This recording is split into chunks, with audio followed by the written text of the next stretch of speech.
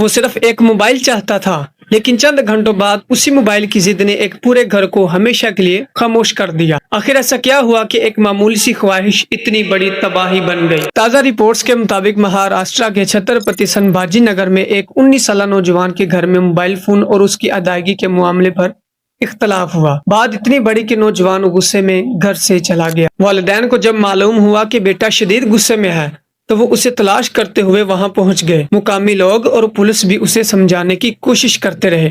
Reports کے مطابق کافی دیر تک اسے واپس آنے کے لیے منایا جاتا رہا۔ ذرا یہاں رک کر سوچیں، ایک موبائل جس کی قیمت چند ہزار یا لاکھ روپے ہو سکتی ہے، آخر انسان کی زندگی سے بڑا کیسے ہو سکتا ہے؟ چیزیں دوبارہ خریدی جا سکتی ہیں لیکن انسان واپس نہیں آتے۔ والدین اکثر بچوں کی ہر خواہش پوری نہیں کر سکتے۔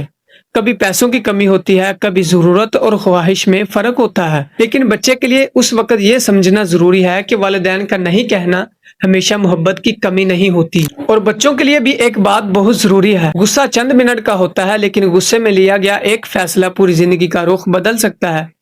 اس لیے جب دل بہت بھرا ہوا ہو تو فیصلہ نہیں، بات کرنی چاہیے۔ اس واقعے کا سب سے دردناک پہلو یہ نہیں کہ ایک موبائل فون کا معاملہ تھا، دردناک بات یہ تھی کہ ایک خاندان کے پاس ایک دوسرے سے بات کرنے کا موقع تھا، مگر چند لمحوں کا غصہ اس موقع پر بھاری پڑ گیا۔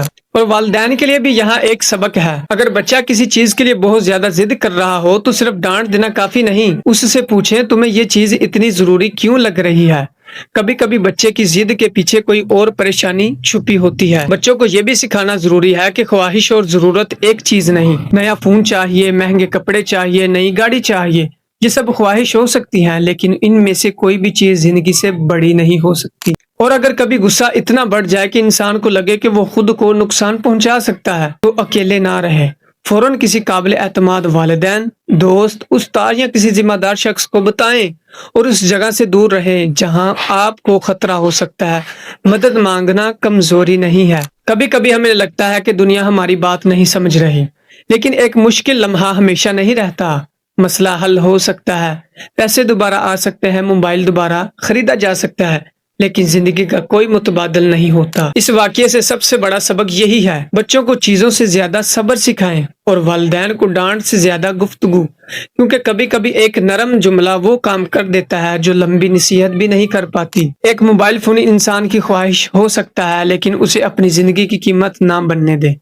اور والدین، اگر آپ کا بچہ کسی چیز کے لیے ضد کر رہا ہے تو اس کی ضد کے پیچھے چھپی وجہ ضرور سنیں، کیونکہ بعض اوقات بچے کو چیز نہیں، صرف یہ یقین چاہیے ہوتا ہے میرا گھر میری بات سننے کے لیے موجود ہے۔